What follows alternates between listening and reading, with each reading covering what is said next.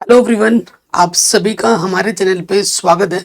तो आपकी demand sir आंखों पर, तो आज हम लेके आ गए हैं पूरे बुक के सामाजिक विज्ञान के 50 मोस्ट इंपॉर्टेंट क्वेश्चन। और ये सीरीज हम रेगुलर कंटिन्यू करेंगे।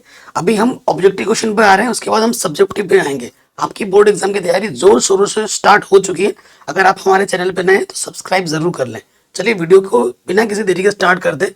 बट आपसे एक रिक्वेस्ट है कि आपको आंसर पहले खुद से आता है तो गैस करना है, नहीं आता तो भी लिखना है, और फिर देखना है कि सही है या गलत है। कितने सही होते हैं, कितने गलत होते हैं, ये भी देख लेना। ठीक है, तो वीडियो को क्वेश्चन नंबर डाल के अपना आंसर भी लिखना है।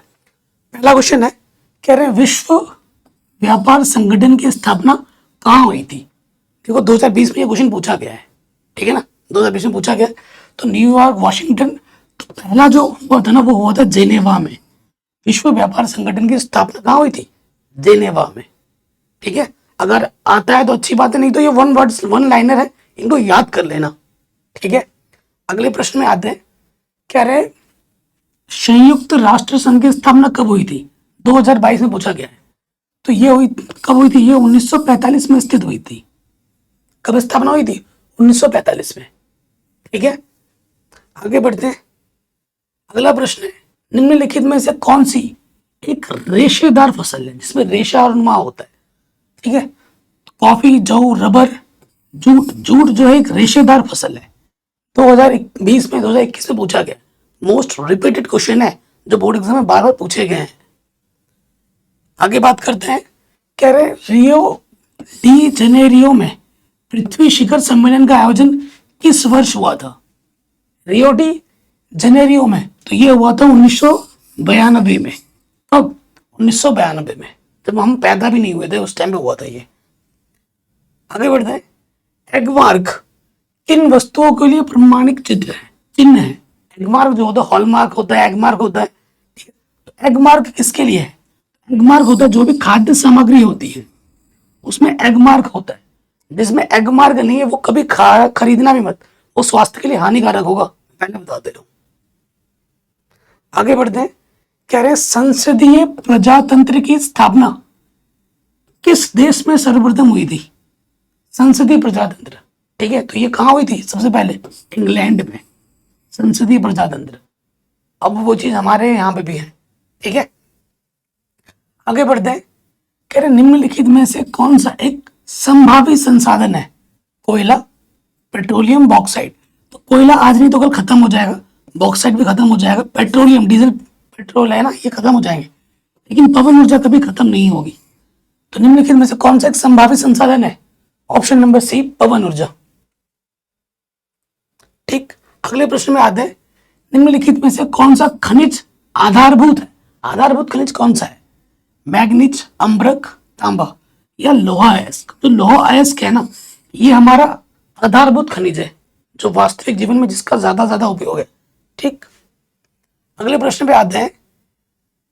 भारत में वायु परिवहन का राष्ट्रीयकरण कब किया गया था? तो यह किया गया था 1953 में, आजादी के बाद। ठीक है, आगे बढ़ते हैं। अगला क्वेश्चन है, निम्नलिखित में से उत्पादन का साधन है। उत्पादन का साधन क्या है? लाभ है, सेवाएं है, कर है, पूंजी है। तो पूंजी लगा के ही हर चीज में पहला चीज पूंजी होता है। पूंजी आप इन्वेस्ट करोगे किसी भी सेक्टर में तभी जाके वो चीज आगे बढ़ पाएगी, बिना इन्वेस्टमेंट के तो कुछ होगा ही नहीं ना। आगे बढ़ते हैं। भारत में सर्वाधिक बोले जाने वाली भाषा कौन सी है? उर्दू, अंग्रेजी, हिंदी, पंजाबी, सब बोल देंगे आराम से। कौन सी है? हिंदी है। 2021 में पूछा गया था। अगले प्रश्न में आ जाओ। निम्न में से कौन सा संसाधन पुनः चक्रीय है? लोहा। लोहा को हम अलग अलग रूप में पुनः उसका उपयोग कर सकते हैं। ठीक है, संविधान के अनुसार भारत की राजभाषा क्या है? भारत की राजभाषा क्या है दोस्त? हिंदी है। एकदम आसान से। अगला प्रश्न है, पवन ऊर्जा का विशाल केंद्र कहां है? तो सबसे विशाल केंद्र जो भारत में है वो है तमिलनाडु में। ठीक है, पवन चक्की वगैरह बहुत है वहां पर तमिलनाडु में। अगला प्रश्न है, निम्नलिखित देशों में से मानव विकास सूचकांक के लिहाज से किस देश की स्थिति अन्य देश से बेहतर है?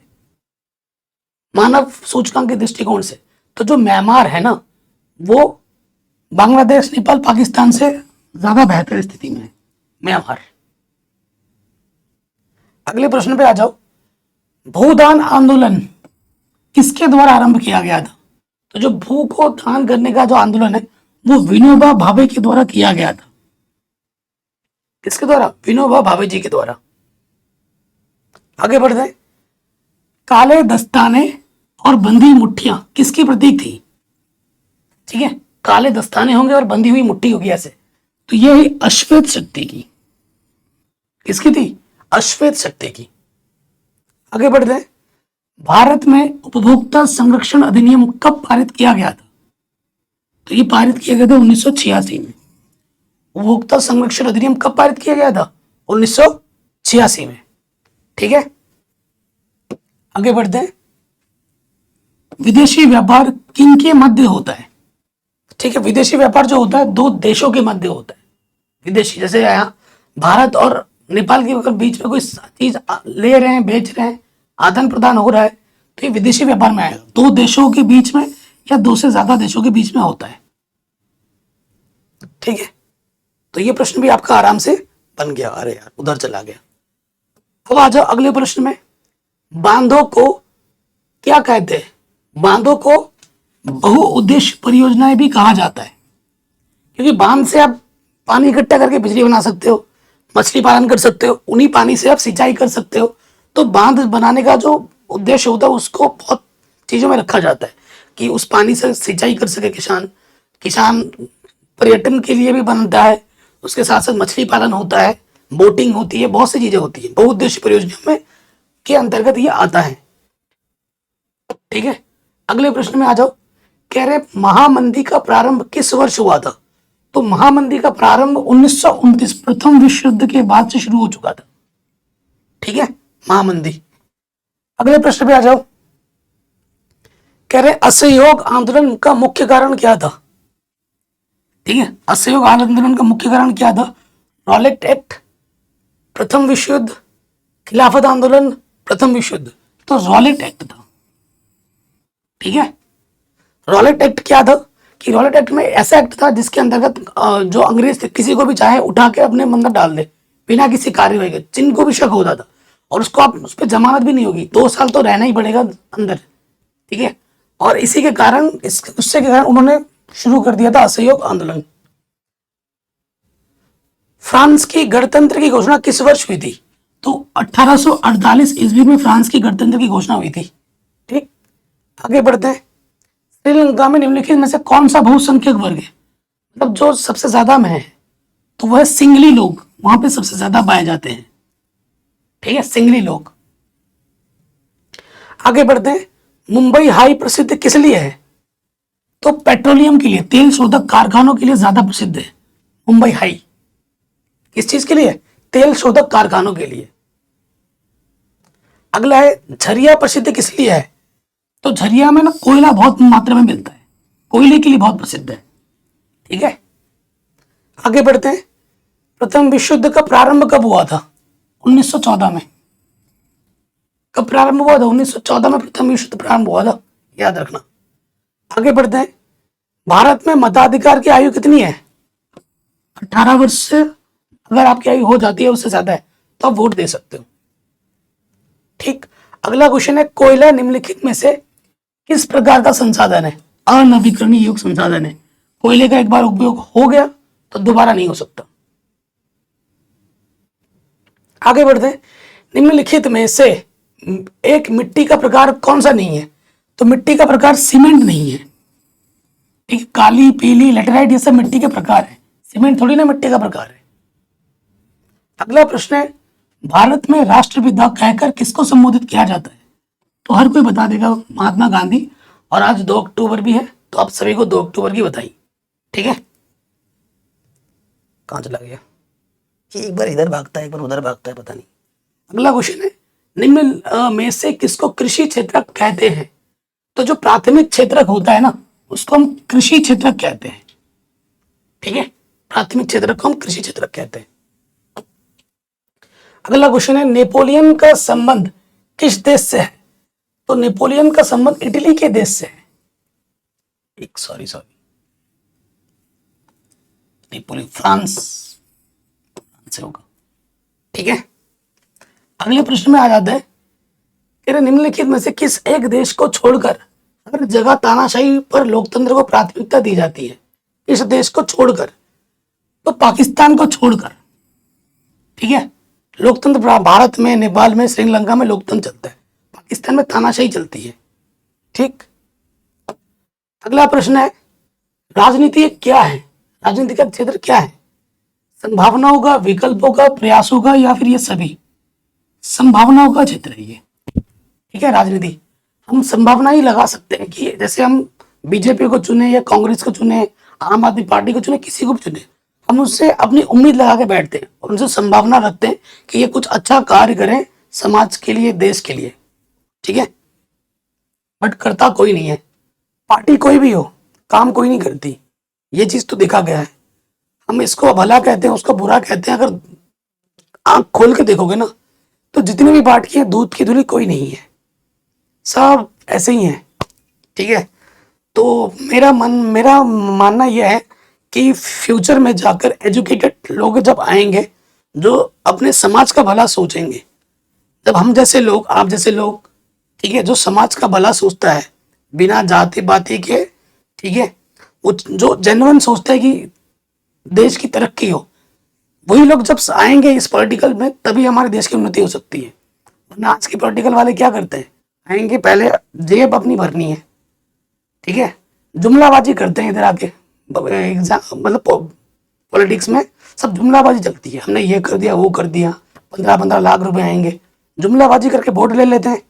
हमारे देशवासी सारे लोग क्या है, बहुत ही भावुक हैं, बहुत ही बेचारे टाइप के हैं। इनको कोई भी बेवकूफ बना के चला जाता है और हम बेवकूफ बन भी जाते हैं।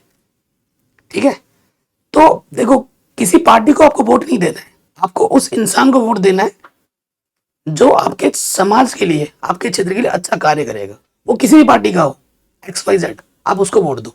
ये मत देखो ये इस पार्टी का है, उस पार्टी का है। जो ऐसे लोगों को वोट देना है जो अच्छा कार्य कर सके समाज के लिए। ठीक है, अगला क्वेश्चन है निम्नलिखित में से भारत प्रमुख रूप से किसका आयात करता है? ठीक है, आयात मतलब दूसरों पर निर्भर है, कहां से लेके आता है? कच्चा पेट्रोलियम आयात करता है, लेके आता है। ठीक है, निर्यात मतलब भेजना। अगले प्रश्न में आ जाते हैं, नेपोलियन की पराजय कब हुई थी? तो नेपोलियन जब हारा था, वो हारा था 1815 में। ठीक है, अगर आपने चैप्टर पढ़े होंगे तो आपको याद होगा। अगला प्रश्न है सामाजिक विभाजनों को संभालने के लिए इनमें से कौन सा बयान लोकतांत्रिक व्यवस्था पर लागू नहीं होता? ठीक है, लोकतंत्र में राजनीति प्रतिनिधित्व के चलते सामाजिक विभाजनों की छाया राजनीति पर भी पड़ती है, ये लागू होता है। लोकतंत्र में विभिन्न समुदायों के लिए शांतिपूर्ण ढंग से अपनी शिकायतें जाहिर करना संभव है, सही बात है। लोकतंत्र सामाजिक विभाजनों को हल करने का सबसे अच्छा तरीका है, ये लागू होता है। 3 ऑप्शन सही है, तो ये नहीं होगा पक्का, और यही सही उत्तर होगा। लोकतंत्र सामाजिक विभाजनों के आधार पर समाज को विखंड की ओर ले जाता है, ये गलत है, तो ये चीज नहीं होती लोकतंत्र में। आगे बढ़ते हैं, विश्व व्यापार संगठन का मुख्यालय कहाँ स्थित है? तो कहाँ स्थित है? जेनेवा में। जेनेवा में पहली मीटिंग हुई थी, अभी थोड़ी देर पहले पढ़ा भी था आपने। अगला प्रश्न है, चाय की खेती के लिए कौन सी मिट्टी सबसे बढ़िया होती है? तो चाय की खेती के लिए लेटेराइट मिट्टी जो होती है वो सबसे बेस्ट होती है। ठीक है, जो असम है, ठीक है, यहाँ पर चाय की खेती बहुत ज्यादा होती है क्योंकि वहां लेटेराइट मिट्टी बहुत बढ़िया पाई जाती है। आगे बढ़ते हैं, वैश्वीकरण ने जीवन स्तर के सुधार में सहायता पहुंचाई है। ठीक है, इसके लिए सभी के लिए, विकसित देशों के लिए, विकासशील देशों के लिए? तो विकसित देशों के लिए ज्यादा सुविधा पहुंचाई है, विकसित देशों के लिए। ठीक है, वैश्वीकरण ने। भारत हमारा देश कैसा? विकासशील देश है, अभी विकास कर रहा है, विकसित नहीं हुआ है। विकसित कौन कर चुका है? अमेरिका, चीन, ठीक है, ये विकसित देश है। आगे बढ़ते हैं, चुनौतियों से लोकतंत्र व्यवस्था कैसी होती है? मजबूत होती है, कमजोर होती है, मजबूर होती है या व्यवस्थित होती है? तो जितनी चुनौतियां होंगी उतनी मजबूत होगी हमारी लोकतांत्रिक व्यवस्था। ठीक है, आगे बढ़ते हैं, अगले प्रश्न पे आ जाते हैं कह रहे हैं संयुक्त राष्ट्र संघ का मुख्यालय कहाँ स्थित है? तो इसका जो मुख्यालय है संयुक्त राष्ट्र का, नाम से ही पता चल रहा है न्यूयॉर्क में उपस्थित है। ठीक है, तो ये क्वेश्चन भी आपका आराम से बन गया। आगे बढ़ते हैं, जर्मनी का एकीकरण का श्रेय इनमें से किसके इसे दिया जा सकता है? तो जर्मनी का जो एकीकरण के लिए सबसे ज्यादा काम किया है वो किया है ऑटोमन बिस्मार्क जी ने। ठीक है, ये प्रश्न भी आपका आराम से बन गया। आगे बढ़ते हैं, निम्न में से कौन सा परिवहन साधन भारत में प्रमुख साधन नहीं है? परिवहन की बात कर रहा है, रेल परिवहन है, सड़क परिवहन है, वायु परिवहन है, पाइपलाइन परिवहन नहीं है। तो ये ऑप्शन सही हो जाएगा। आगे बढ़ते हैं, कह रहे निम्नलिखित चट्टानों में से किस चट्टान के स्तरों में से खनिजों का निक्षेपण और संचयन होता है? ठीक है, जो तलछटी चट्टाने हैं, ठीक है, वहां पर इनका बढ़िया पैमाने पर होता है।